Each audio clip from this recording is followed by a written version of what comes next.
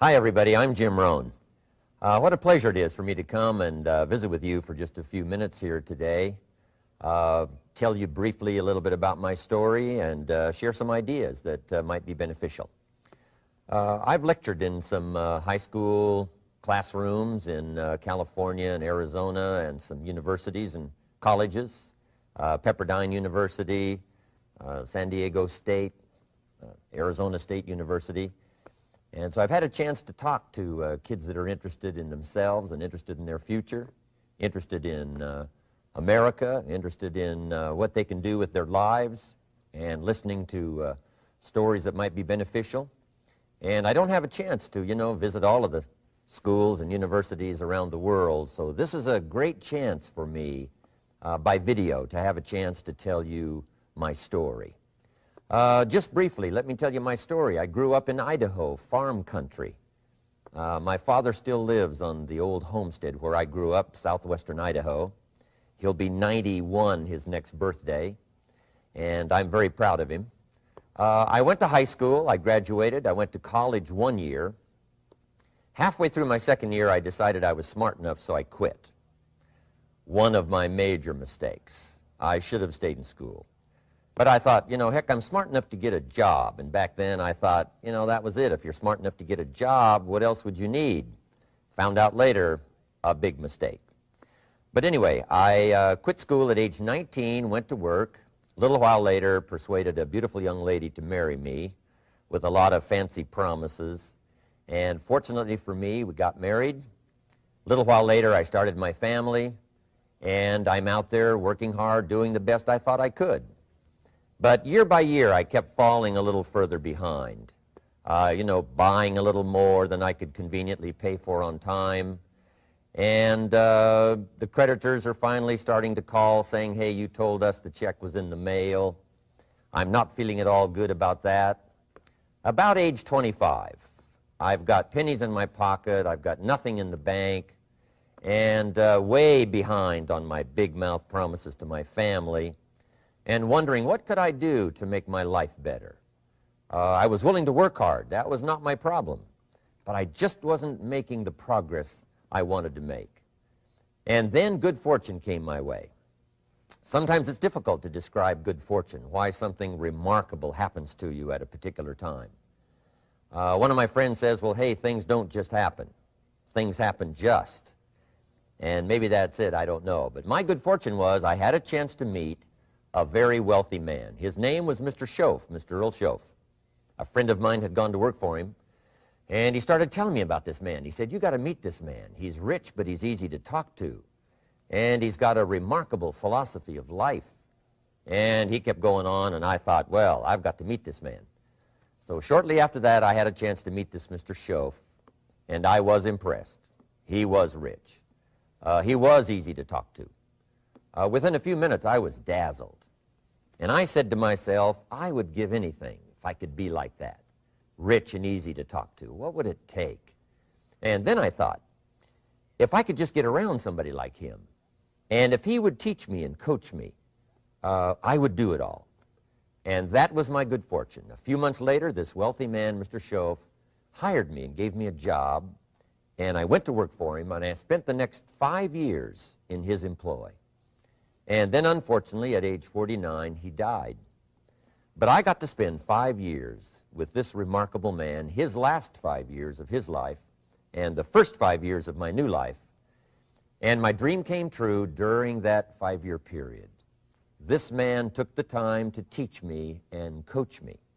He taught me the books to read. He taught me the disciplines, and he taught me the skills. And he taught me the changes to make in my language and personality. And the things he shared with me during that 5 years changed my whole life. Changed my income, changed my bank account, changed my future. I've never been the same. By the time I was 31 years old, I was a millionaire. So he taught me economics as well.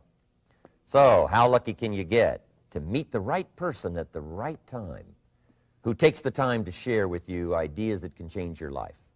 A lot of rich people, right, don't take the time, but he did, and he also had the ability. Some people want to share their experiences, but they don't quite know how to say it. But he had it all, and he used language that I could understand, and those ideas greatly affected my life. I wish he was still alive today. If he was, I'd be calling him today one more time, thanking him for the time he spent with me sharing his life and his experiences that so dramatically affected my life. Then, how I really came to be invited to speak to you today. 30-plus years ago, I was living in Beverly Hills, California. And a friend of mine one day said, "Jim, you've got to come and tell your story to my service club." He belonged to the Rotary Club. And he said, "I know your story. Idaho farm boy makes it to Beverly Hills." But he said, "I know my club members would love to hear your story. Would you come and at our breakfast meeting and tell your story?" And I said, "Okay." So I arranged a little talk, went and shared my story that morning, and guess what? They liked it. And my phone rang. Another club called and said, "Would you come and tell us that story?" My phone rings. Another club calls, said, "We've heard about your story. We have a luncheon meeting. Would you come share your story?" First thing I know, I'm spending a little piece of my time giving these breakfast talks and luncheon talks. And then one day, a man who heard my talk about 3 times said, "Would you come and talk to my management and salespeople?" He said, "I've got this little company going, and he said, if you would spend some time talking with my management and salespeople, I'd be happy to pay you."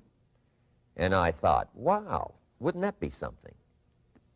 Tell my story and my experiences and get paid? He said, "I'd be happy to." Little did I know, that was the beginning of a whole new, brand new adventure for me in sharing my story in speeches and talks and seminars and lectures.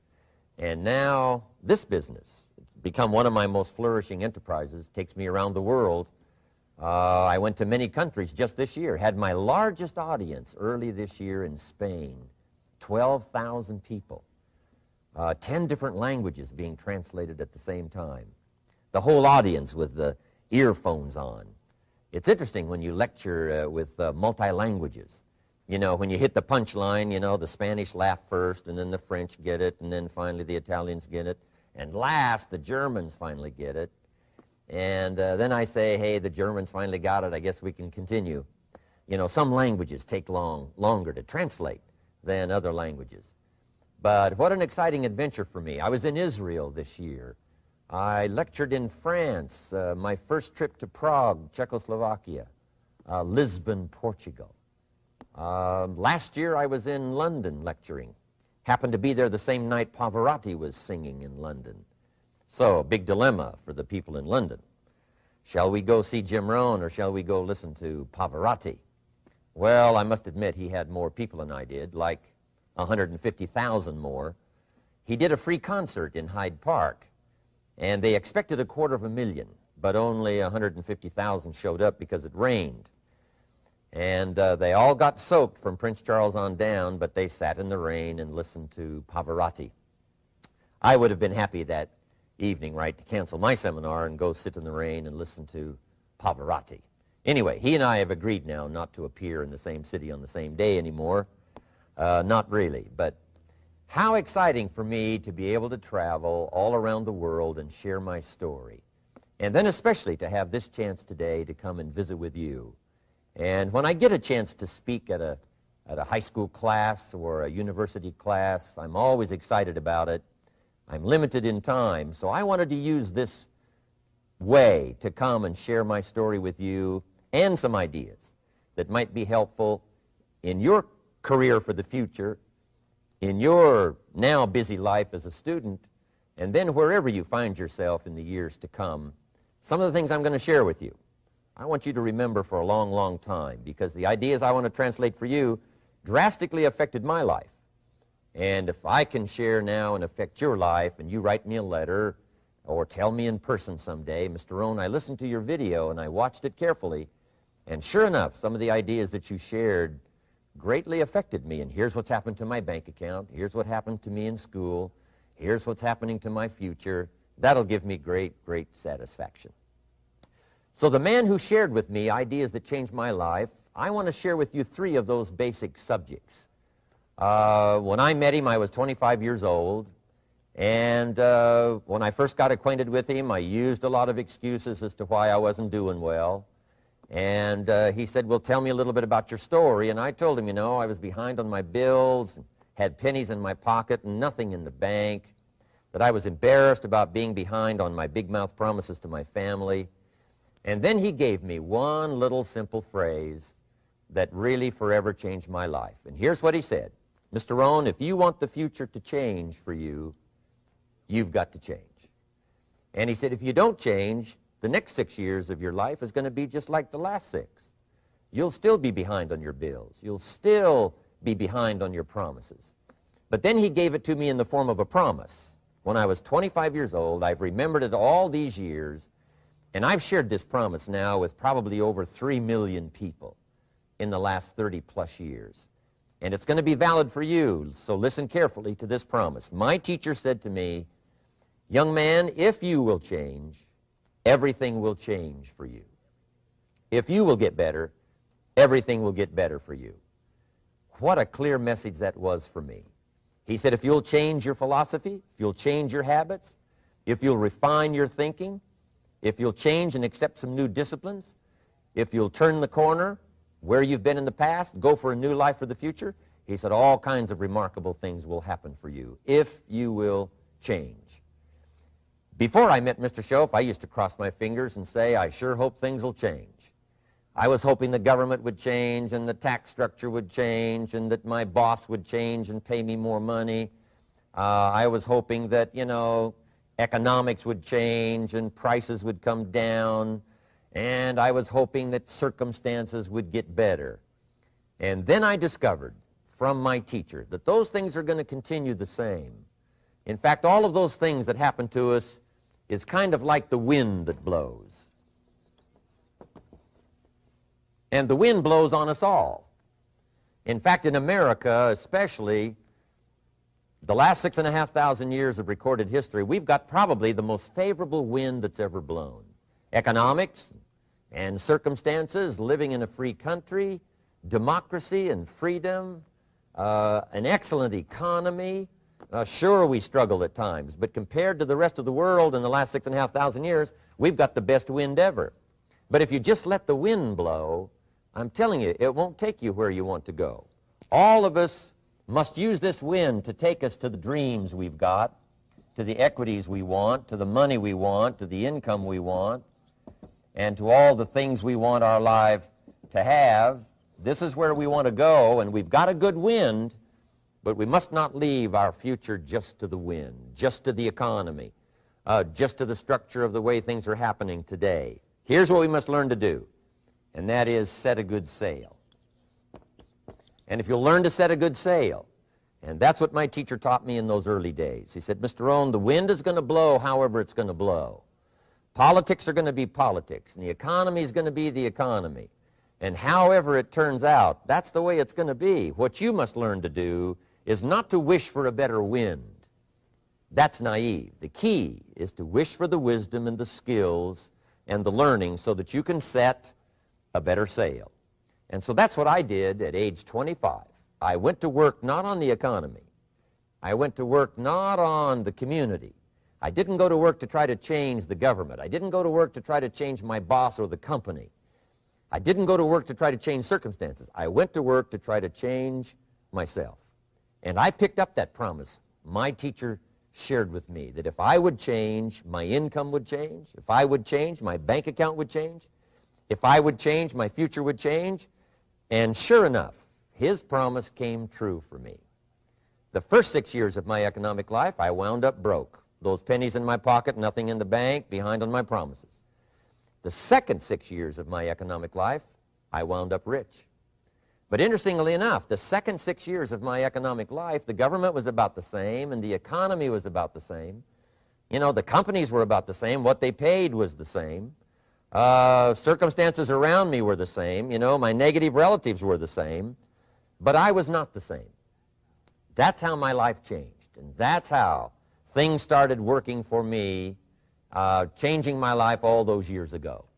So that's what I wanted to share with you to begin with, this beginning of what Mr. Schoaf shared with me, that if I wanted my life to change, this was what I was going to have to do. And so he broke it down into 3 subjects that really made an impact on my life, and I want to share those with you. The first subject he called personal development. And the second subject he called setting goals. And the third was how to become financially independent. And I'd like to give you just a few clues from those three major subjects that so dramatically affected my life. And let's get started. The first one is personal development. Now, in illustrating personal development, Mr. Schoaf, my teacher, started with money. You know, money's not the only place to start in talking personal development,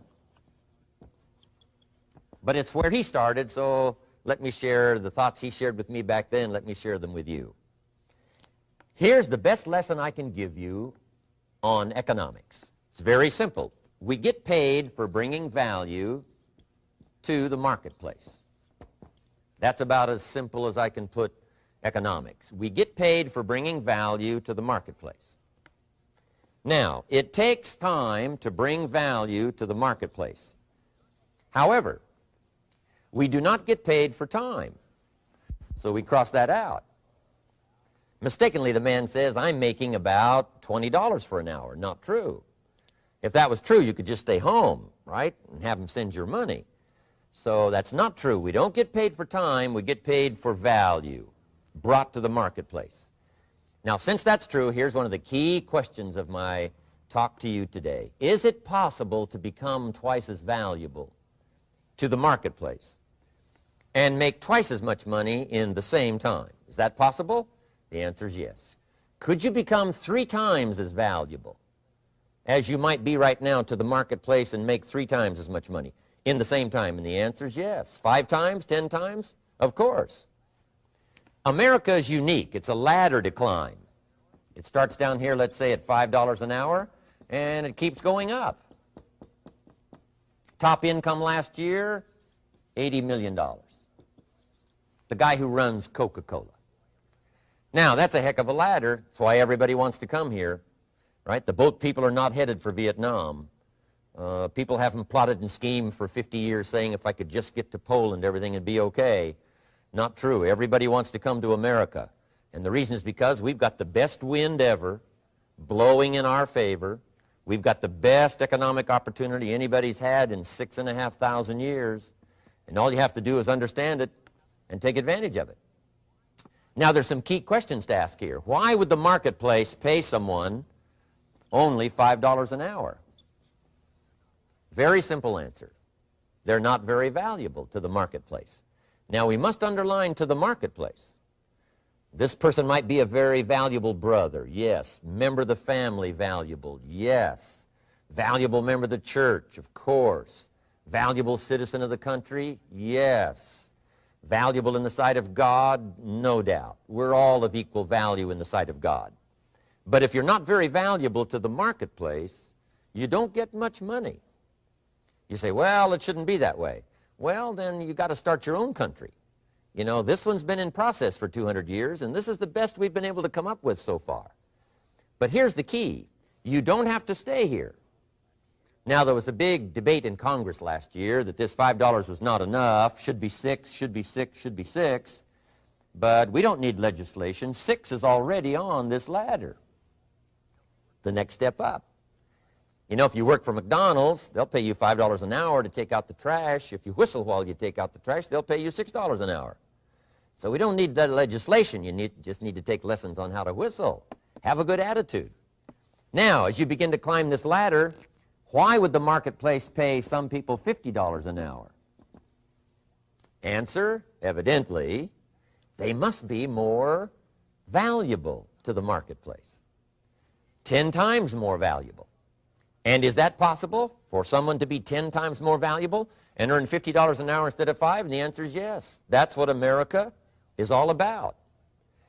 Now, why would the marketplace pay some people $500 an hour?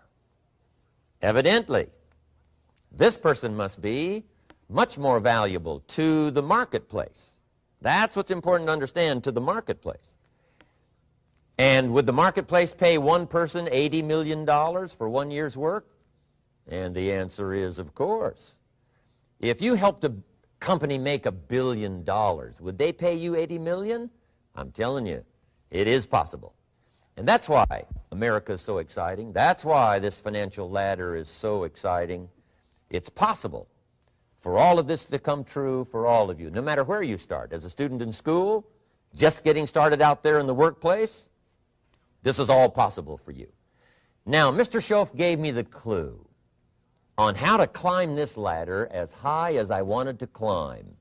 Now, we're talking primarily economics here. There's a lot of other ways to become valuable to your family, valuable to your friends, valuable to the community, valuable to the team, right? Valuable to the team effort, valuable to the concert. But here's what he said to me. In climbing this ladder economically, all you have to do is work harder on yourself than you do on your job. Once I heard that, it made sense to me. I kept hoping that everything else would change around me, found out that if I went to work on myself, worked on my skills, worked on my language, if I became better than I was each year, if I grew in skills and language and vocabulary and competence, then I would become attractive to the marketplace. Not very long ago, a company called me and said, Mr. Rohn, we're expanding internationally. We'd like to have a bit of your expertise to help us. Would you give us a bit of your time? We'll add some millions to your fortune. And I said, okay. And I thought later, isn't that interesting they would call me? Then my second thought was, of course they'd call me. Who else would they call? I can get the job done. Now, what a contrast for me, farm boy from Idaho, raised in obscurity, parents of modest means, broke when I was 25.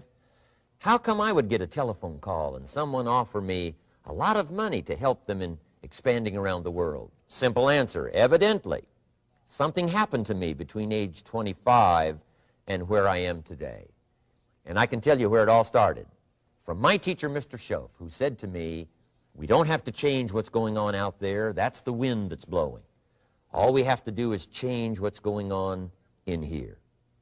And now there's several ways to do that on personal development. And let me give you those ways. Here's the first one.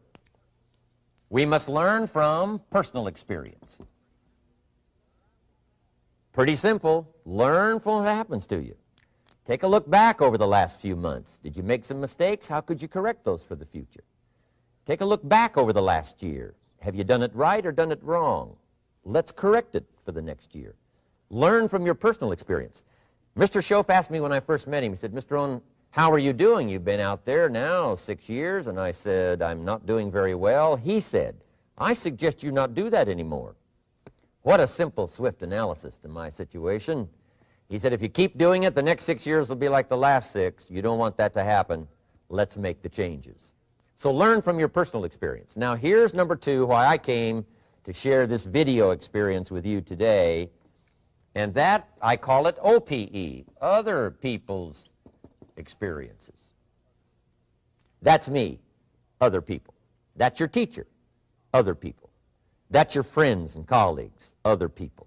The people you meet that can pass along to you their experiences, what's happened to them, the mistakes they made, how they corrected them, how they changed their health and changed their bank account and changed their income and changed their future. That's it, other people. Now there's 2 kinds of people to learn from. One is failures. It's too bad failures don't give seminars, right? That would be valuable. Bring your notebook, have them tell you how they lost it all and threw it all away, threw their health away and threw their friendships away and things didn't work out well. That would be valuable. But now then we must also learn from positive, people that have done well. They've got the health, and so we ask them, how did you become so healthy? They've got the skills, so we ask them, how did you become this skillful? They've got the income, so we ask them, how did you get here in such a short period of time? So now here's what's important in personal development. In learning from other people, we learn, number 1, by observation. We learn what we see. We watch people that are successful in what they do.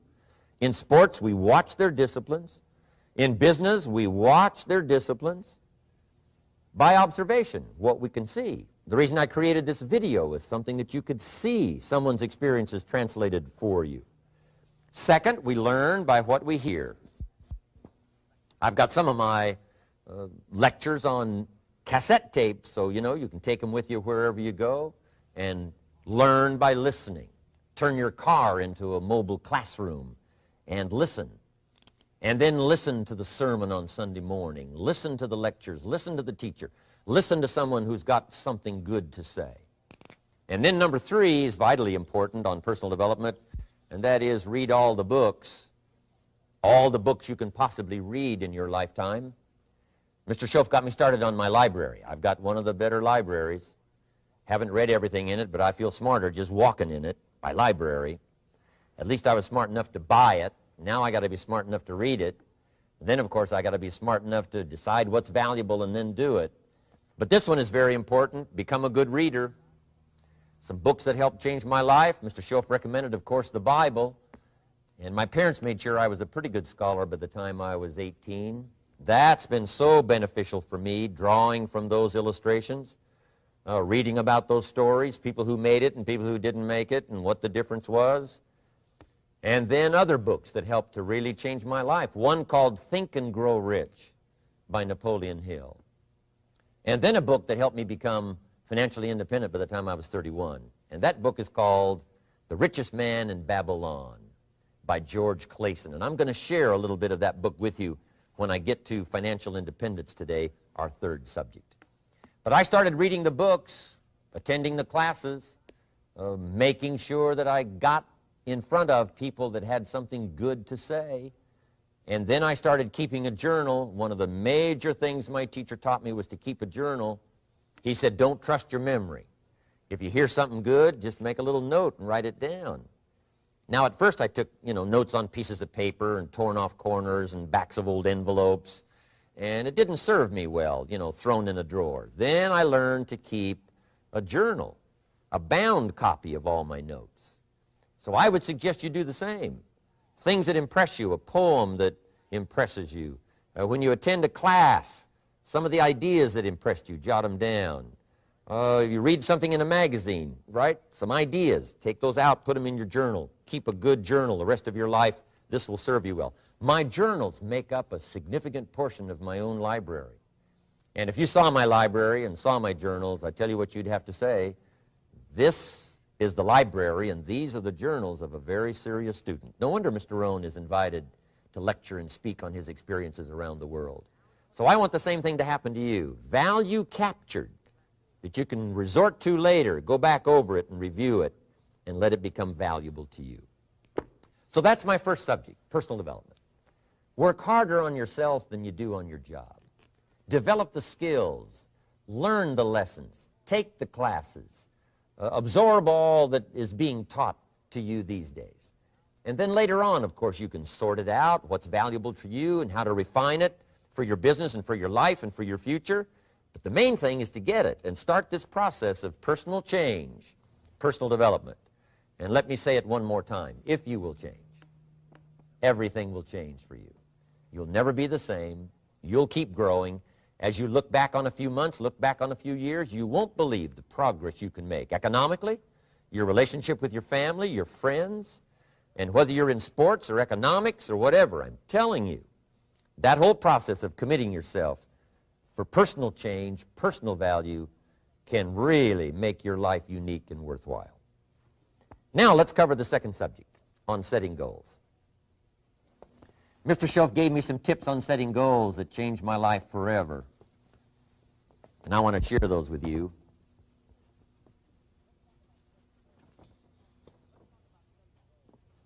So let's talk about setting goals, and I also want to tie it to personal development, and you'll see how I'm going to do it as I progress here. Setting goals. We need to take a look into the future. There are 4 things to consider in terms of attitude. One is how you feel about the past. Best advice I can give you on that is treat the past as a school. Let it teach you the mistakes you've made, the things that went wrong, the things that didn't work. Don't use the past as a burden to carry, and don't use the past as a club to beat yourself to death. past losses, past failures, past mistakes. But let the past be a school. Tough school maybe. We've all been through some tough stuff. So if you feel good about the past, draw from it for experience and let it teach you. Then next is how you feel about the future. We've got to have the future well designed. The future is called the promise. And here's what we teach in our leadership series. The promise of the future can be an awesome force for your own future. The promise of the future, designing the future. There's two ways to face the future. One is with apprehension, and the other is with anticipation. I promise you, in my travels around the world, most people face the future with apprehension. And here's why. They don't have it well designed. They've sort of left that up to someone else to fix. But here's the best way to face the future, with anticipation. And you can face the future with anticipation if the future is clear, if the future is well designed. And I would like to have you consider some thoughts with me that help me to really change my future by giving it some thought and some consideration. And here it is. In setting goals, it's very simple. Number one, decide what you want. You just take a little time. You sit down and say, what do I want? What kind of skills do I want? What kind of income do I want for the future? What would I like? Where would I like to go? Places I'd like to visit. Habits I'd like to acquire. Skills I'd like to have. You just take a little time to think about what you want. Economics, friendships, people you'd like to meet, places you'd like to go. You just take some time. And then I suggest, when you've thought about what you want for the future, make a list. Just jot it all down. It's really a very simple process. And then here's number three. Keep all the old lists. I'm telling you, this served me so well, keeping my old list of goals. I look back now 10, 20 years ago at goals I set, lists I made, and I smile now because here's what I thought was so important, 20 years ago. Now some of those things aren't even on my list. I've got a new list. I've grown. I've changed. I've matured. But I give you that advice. Decide what you want. Number two, write it down. Number three, keep the old lists. And then here's number four. When you get something that's on one of these lists, check it off. Part of the fun of having a list is checking it off. And then if you can add some drama to checking it off, see, that's what really helps. I set a goal to go to Spain many, many years ago. And when I finally made my first trip to Spain, I had that journal with me that had that list in it. And while I had my journal on my lap, waiting for the wheels to touch down in Madrid, I waited until the wheels touched the runway, and I checked it off, just adding a little drama. So part of the fun of having a list is checking it off. Now, here's what's important about the lists and designing your future. If the future gets clear, the price gets easier. Because you got to remember, for every promise, there's a price to pay. Everybody's got to pay the price. Everybody's got to do the deal. Everybody's got to do the disciplines. Everybody has to pay. But here's what I've discovered. If the promise is clear and powerful, the price is easy to pay. The price is some classes. The price is a few books. The price is a few disciplines. The price is finding something that'll make your life better, make you grow, make you change, make you develop. So the first part of the key is to design the promise. Then, what is the price to pay? I'm telling you, the price will be easy. Anybody in my audience can pay it, no matter where you are, where you come from. Color doesn't matter, religion doesn't matter, where you grew up doesn't matter, circumstances don't matter. I'm telling you, if you'll make the promise of the future clear for yourself, the things you want, the places you want to go, the things you want to have, the person you want to become, the skills you want, the homes you want, the future you want, the friends you want, all of the values of life that you could possibly want. If you'll make that clear, make those lists, and be serious about it, I promise you it's an easy price to pay. Anybody can pay it. And the best advice I can give you is, if I can do it, you can do it. Farm boy from Idaho, raised in obscurity, I changed my life, turned it upside down, turned it all around, found economics, found future, found promise, and if I can do it, you can do it. So, start setting your goals and see if you can't get a better excitement going for the things you want to accomplish for the future. Now here's my third subject, and that's called financial independence. Oh, by the way, before I get to financial independence, let me cover one more point. One of the major reasons for setting goals is for what they make of you in achieving them. My teacher advised me when I first got started at age 25, he said, "Jim, why don't you set a goal to become a millionaire?" He said, "It's got a nice ring to it. You know, enough zeros to impress your accountant." And he said, "I'm here to help you. You're only 25 years old. You've been to 1 year of college. You've got a beautiful family, every reason to do it. Why don't you set a goal to become a millionaire?" And he said, "Here's why." And I thought, he doesn't need to teach me why. Wouldn't it be nice to have $1 million? He said, "No, then you'll miss it." He said, "Here's why. For what it will make of you to achieve it." I'm telling you, that statement changed my life. Set the kind of goals that will make something of you to achieve them. He said, "Now, once you become a millionaire, what's important is not the money." I thought, that's kind of strange teaching.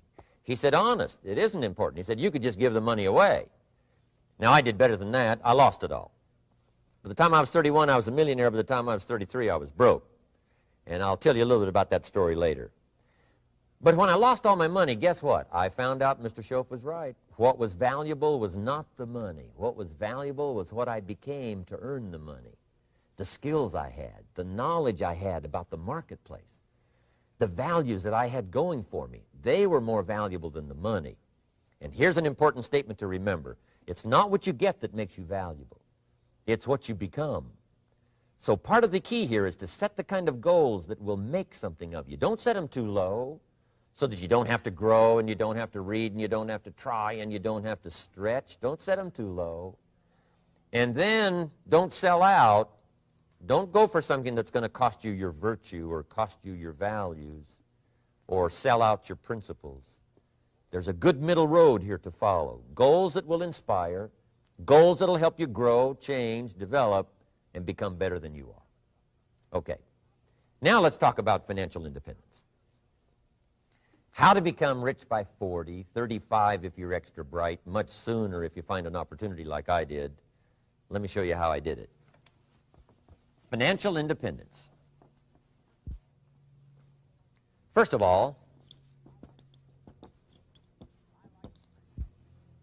I like the phrase financial independence. Some people are a little bit concerned about using the word becoming rich or becoming wealthy, and I can understand that. I struggled a little bit with this. Is it okay to go for becoming rich, go for becoming wealthy? And maybe that's a bit too strong a word or strong a term. So here's what I've come up with that I think is comfortable for me, and that is how to become financially independent. I think it's every person's heritage here, especially in America, to become financially independent. Now, let me give you my definition of financial independence. Financial independence is the ability to live from the income of your own personal resources. Financial independence. Now, it depends on how you want to live. If you need $2,000, $3,000 a month, if you need $4,000 or $5,000 a month, if you need $10,000 a month, some people may need, $100,000 a month. But whatever you would need to live, and you could earn that living from the income of your own personal resources, that's what I call financial freedom, financial independence. And let me show you how to acquire it. If you start at age 15, between ages 15 and 35 is 20 years. And in my personal opinion, based on my own studies and my own experience, 20 years, in my opinion, is enough time to become financially independent. If you're not, you don't live in the wrong country. Probably what's happened is you have the wrong plan. And it's easy to be a nice person with the wrong plan. I found that when I was 25 years old. I was broke at age 25, and I was a nice guy. You would have liked me. But I'm telling you, my plans up until then, especially my financial plan, left me broke. I totally changed it the next 6 years, and I became financially independent. So I know what I'm talking about. It is possible in a reasonable amount of time, 15 to 35, whatever, 20 years' time, enough time. You can do it in a much shorter period of time, like I did if you want to. But this is a reasonable enough time. But here's number one. First of all, you got to have the right philosophy. Philosophy is our ability to gather knowledge and sort through it and decide what's valuable. To develop a philosophy about life, a philosophy about our health, a philosophy about our family relationships, a philosophy about economics. And if you develop the right philosophy, that's what helps to set this sail so that in 6 years it takes you where you want to go instead of winding up like I did that first 6 years of my economics, broke, no money, empty bank account. The right philosophy. Now let me give you a couple of philosophies to consider. Here's the first one. It's called the philosophy of the poor. And here it is. Poor people usually spend their money and invest what's left. That's the philosophy of the poor. Now here's the philosophy of the rich. Rich people invest their money and spend what's left. And here's the startling answer. It really doesn't matter what the amount is. What's most important is not the amount. What's really important is the philosophy. So I would ask you to adopt this philosophy of spending after you have invested. Invest first, then spend. And I've got a little formula that I'm going to share with you. Now, what should a child do with a dollar? I mean, there's a lot of debate going on, I'm sure, across the country on what a child should do with a dollar. Here's one opinion. It's only a child and it's only a dollar. What difference does it make? Well, in my opinion, it makes all the difference in the world. A person's economic future starts with a child with a dollar. Somebody says, oh, no, you're only young once. Let him spend it all. Well, when would you hope that would stop? Somebody says, well, wait till he's 50 and broke like me and, and then he'll learn. Well, no, we don't want to wait that long. If I would have known earlier than age 25, I would have changed. In high school, if they would have had classes called Wealth 1, Wealth 2, I'd have taken both classes. I would not have waited until age 25. So, the earlier the better. So, what should a child do with a dollar? Here's the simple premise to begin with. Don't spend it all. And if a child wants to spend the whole dollar, you got to say, hey, don't spend it all. Don't spend it all. They'll say, why not? It's my dollar. I earned it. You say, I know you earned it, but don't spend it all. They'll still say, why not? Say, let me show you why not. So you put them in your car, take them to the other side of town, and show them where people live that spend the whole dollar. You just drive them around. Kids learn best by visual. Just drive around and say, would you like to live here? Kid says, no. Would you like to live like these people live? Kid says, no, no. Then you can't spend the whole dollar. So, kids will get the message. So, take them to the other side of town, show them around, unless you already live there, and then just show them around. Anyway, don't spend the whole dollar. Now, let me give you my best view of what to do with the dollar. And I promise you, if you started at age 15, now if you're over 15, right, you've still got plenty of time. You still got 20 years. If you're 30, you've still got 20 years. I mean, you still got plenty of time to start what I'm about to share with you. What to do with a dollar. Here's my first bit of advice. Never spend more than 70 cents. Never spend more than 70 cents. Now, you got to pick some number, and the number you pick is going to be determined by your philosophy. It's going to be determined by what you've been taught or your experience teaching yourself. When I first met my teacher, Mr. Schoaf, I was at about 110% of each dollar. I'm down at Budget Finance, hawking my furniture and my car one more time. And then I learned a whole better formula for financial independence. Number one, don't spend more than 70 cents. Now, kids say to me, well, okay, what do I do with the other 30 cents? And here's what I teach them. 10 cents for charity. Charity or church, or helping people that can't help themselves. 10 cents to support worthy projects. Projects that you feel good about. 10 cents out of every dollar. It's called being generous with part of what you've taken out of society.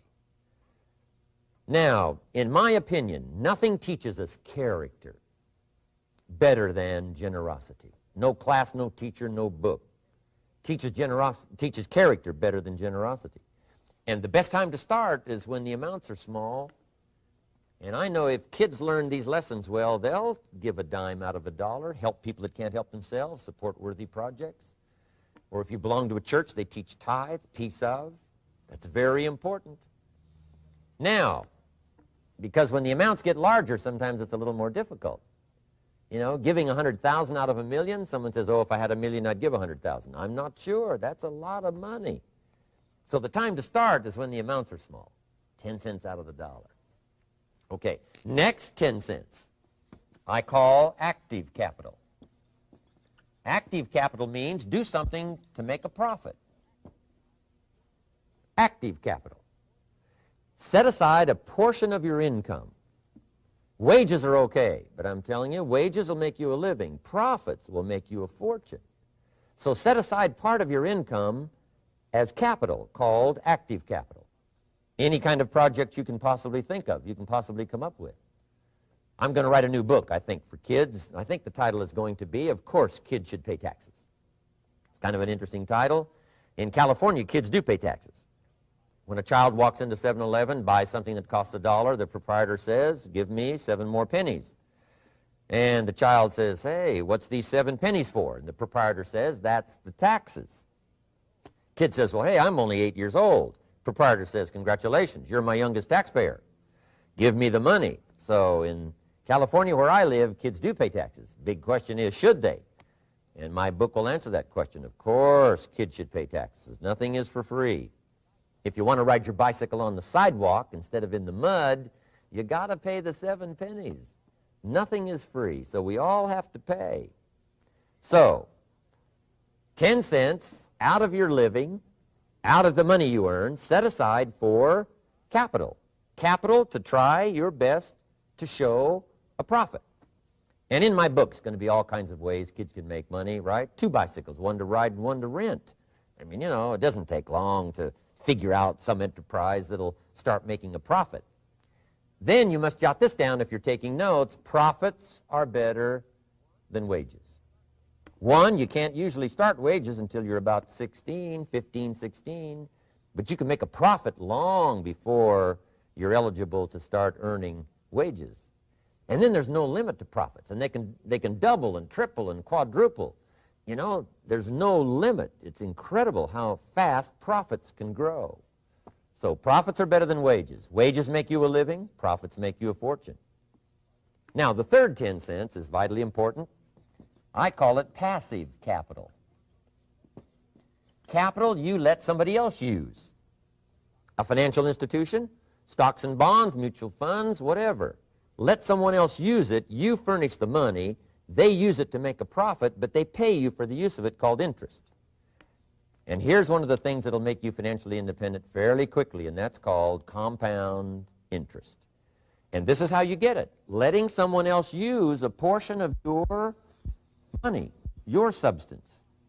They show the profit, they pay you interest. And this passive capital, I'm telling you, over a sustained period of time, if you'll develop this little 10, 10, 10, and 70, especially starting at age 15, I'm telling you, by the time you're 35, you will be financially independent. You'll have the ability to live from the income of your own resources. And then one more point on passive capital. There's a Bible philosophy. I'm an amateur on the Bible. But there's a Bible philosophy that teaches the borrower is servant to the lender. And if you want to be in a powerful position as you grow older, finally when you become mature, maybe have your own business, things have worked out for you for the future, the position you always want to be in is the power position, and that's called the lender. The lender is the power position. So if kids learn early enough, and then you ask them what they'd like to be when they grow up, I'm telling you, once they understand, they'll say, well, one of the things I want to be is one of those lenders. That's the power position, not the spender. No, you'll be pitied the rest of your life if you just become a spender. You got to become a lender. And I think this is one of the formulas to follow. 10 cents out of every dollar. Let someone else use it. Be the lender, power position. Then try to show a profit. Can't we teach our children how to take $1, search the neighborhood, find a broken wagon, pay $1 for it, bring it home, you know, clean it up, sand it until it's clean, paint it red till it shines, straighten out the wheels till they're true, take it back to the neighborhood, sell it for $5? Anybody can do that. Now, does the child deserve $4 profit? And the answer is yes. Society now has a mended wagon. And that's what America's all about. Finding something, touching it, making it better, making a profit, taking part of your resources, helping people who can't help themselves.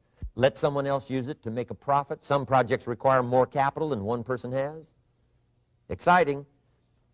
And then let them pay you for the use of it. America's had this philosophy now all these years. Communism has taught all these years capital belongs in the hands of the state, not in the hands of the people. We've been teaching all these years capital belongs in the hands of the people, not in the hands of the state. And we turned out to be right. Capital in the hands of the kids, capital in the hands of the people. Enterprises that make a profit, enterprises that grow. It's the hope of our future. So that little simple formula, I hope, will help you. Now, one more key on financial independence, and that is attitude. Attitude. Here's number one. I used to say, I hate to pay my bills. My teacher straightened me out on that. He said, let's see, Mr. Rohn, what you hate to do is pay $100 on an account and reduce your liabilities and increase your assets. I said, well, no, not if you look at it that way. He said, well, it all depends on how you look at it. So wouldn't you love to pay your bills, reduce your liabilities, increase your assets? You got to have that kind of attitude. I found out the same attitude about taxes. I used to say, I hate to pay my taxes. And Mr. Shove said, well, that's one way to live. But don't you understand? Taxes is how we care and feed the goose that lays the golden eggs. Wouldn't you want to do your share? Someone says, yes, but the goose eats too much. Probably true. But hey, we all eat too much. We all need to go on a diet. Better a fat goose than no goose. So I finally became a happy taxpayer. Now, I think taxes are too high, so I'm working to get taxes lowered for our economic future. But then whatever they turn out to be, I gladly pay, do my part, because that's what makes the whole system run, each of us doing our part. Now, I want these three subjects to be valuable for you. I want them to have meaning for you. I want you someday to be financially independent. I want you to have the personal development so that you feel good about yourself.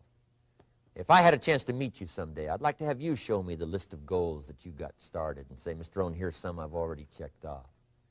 Here's the books I'm reading. Here's what's happened. I'm developing the skills. I'm better this year than I was last year. I've got more self-confidence. My skills are developing. That's what I want for you, and that's why I took the time to come and share in this video message with you. I do seminars all around the world, but this is one way that I can reach out and touch you in case you can't come to my seminars, wherever I am. Maybe this video will reach you somewhere, and it'll have an impact on your life. And what I'd like to do is later hear about it, a letter, phone call, or to have a chance to meet you in person. And now I'd like to leave you with these 4 questions called questions to ponder.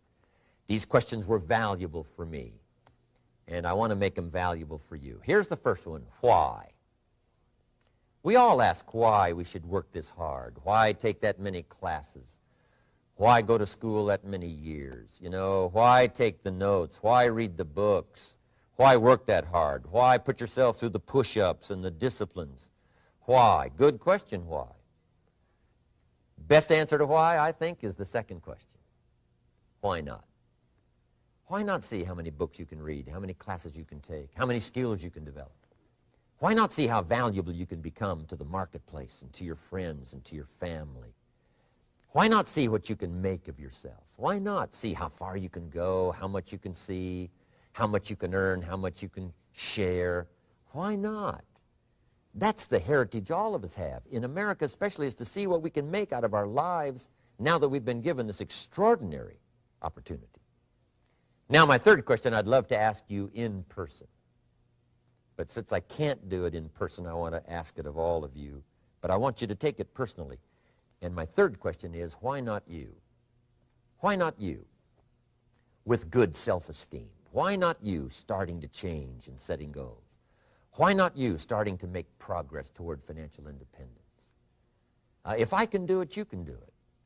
I wished I had a lot more testimonials here today besides mine, a whole steady stream that would come by and tell you their story. Someone who started with nothing, finally run a big enterprise.